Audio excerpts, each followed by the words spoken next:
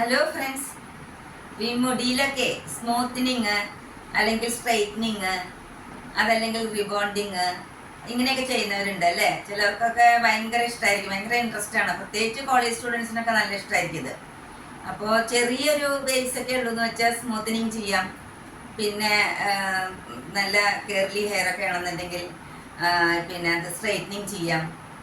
അപ്പോൾ അതുമല്ല, നമ്മുടെ മുടി ഭയങ്കര കട്ടിയുള്ളതും നല്ല കെർലിയാണ്, അങ്ങനെ ഫ്രിസി ഹെയർ ഒക്കെ ആണെന്നുണ്ടെങ്കിൽ ഉണ്ടല്ലോ, അത് റീബോണ്ടിങ് ചെയ്യാം.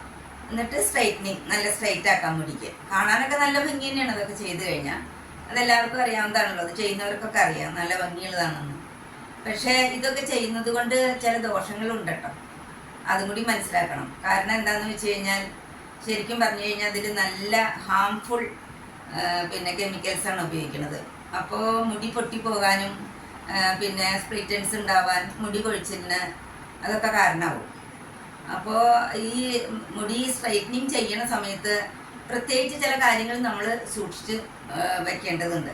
എന്താണെന്ന് വെച്ച് കഴിഞ്ഞാൽ, നമ്മൾ ആദ്യം തന്നെ ഇത് ഇപ്പോൾ ഈ ഹെയർ സ്റ്റൈലിസ്റ്റ് അല്ലെങ്കിൽ ബ്യൂട്ടീഷ്യൻ അവരോടൊക്കെ നമ്മൾ ചെല്ലണ സമയത്ത് അവർ ചിലപ്പോൾ ചോദിക്കും, മുടിയിൽ നിങ്ങൾ കളർ ഉപയോഗിക്കുന്നുണ്ടോ, അല്ലെങ്കിൽ ഏത് ഷാമ്പു ആണ് ഉപയോഗിക്കുന്നത്, അതിന് മുമ്പ് നിങ്ങൾ സ്ട്രൈറ്റനിങ് വല്ലതും ചെയ്തിട്ടുണ്ടോ, ഇങ്ങനെയൊക്കെ ചോദിക്കുന്ന സമയത്തുണ്ടല്ലോ, നമ്മൾ അതിൻ്റെ ശരിയായ ആൻസറുകൾ പറയണം.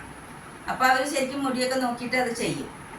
അത് മാത്രമല്ല, ചെയ്ത് കഴിഞ്ഞ് കഴിഞ്ഞാൽ ഇത് ഇപ്പോൾ ഈ റിബോണ്ടിങ്ങിനൊക്കെ കുറേ നേരം വേണം, 4-5 മണിക്കൂറൊക്കെ പിടിക്കും.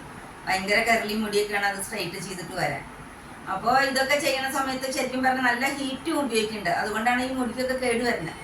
മാത്രമല്ല, അവർ പറയും പിന്നെ ഇതൊക്കെ ചെയ്ത് കഴിഞ്ഞിട്ട് പോകുമ്പോൾ പറയും, ഇന്ന ദിവസങ്ങളിൽ അത് വാഷ് ചെയ്യണം, ഇന്ന ദിവസങ്ങൾ ചെയ്യരുത്, അല്ലെങ്കിൽ അതിൽ എന്തൊക്കെ ഉപയോഗിക്കണം, എന്തൊക്കെ ഉപയോഗിക്കാതിരിക്കണം, ഓയിൽ അപ്ലൈ ചെയ്യേണ്ട സമയം, അങ്ങനെ ഓരോ കാര്യങ്ങൾ പറയുമ്പോൾ അതൊക്കെ നമ്മൾ ശരിക്കും ഫോളോ ചെയ്യണം.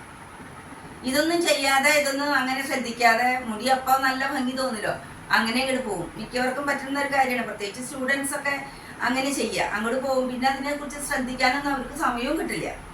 പഠിക്കാനുണ്ടാവും, അല്ലെങ്കിൽ വേറെ എന്തെങ്കിലും കാര്യങ്ങളൊക്കെ ഉണ്ടാവും. അപ്പോൾ അതുകൊണ്ട് അവർക്ക് അതൊന്നും ശ്രദ്ധിക്കാൻ നേരമില്ലാതെ ആകുമ്പോൾ എന്താ ഉണ്ടാവുക, അത് ഈ മുടിയൊക്കെ ഒന്നും കൂടി റഫാവും. അതുണ്ടാവും, പണം വല്ല ചകിരി പോലെയൊക്കെ ആവും ചിലവരുടെ മുടി ശ്രദ്ധിക്കാതിരുന്ന് കഴിഞ്ഞു. അപ്പോൾ അത് എന്തൊക്കെയാണ് പറയണമെന്ന് വെച്ചാൽ അതുപോലെ ശ്രദ്ധിക്കണം നമ്മൾ, അതുപോലെ ചെയ്യും വേണം, എങ്കിലേ ഇതൊക്കെ ചെയ്തുകൊണ്ട് ഉപകാരമുള്ളൂ. അപ്പോൾ ഇതൊക്കെ ചെയ്തു കഴിഞ്ഞിട്ട് അതൊക്കെ വേണ്ട വിധത്തിൽ ശ്രദ്ധിക്കാനൊന്നും സമയമില്ല, അപ്പോഴത്തെ സൗന്ദര്യം മാത്രം ശ്രദ്ധിക്കുകയാണെന്നുണ്ടെങ്കിൽ ഇതൊക്കെ ഒന്നും ചെയ്യാതിരിക്കാൻ നല്ലത്. അപ്പോൾ ഇത്തരം കാര്യങ്ങളൊക്കെ സൂക്ഷിക്കുക. Okay, bye, thank you. നല്ലൊരു വീഡിയോ ആയിട്ട് ഞാൻ വീണ്ടും വരും.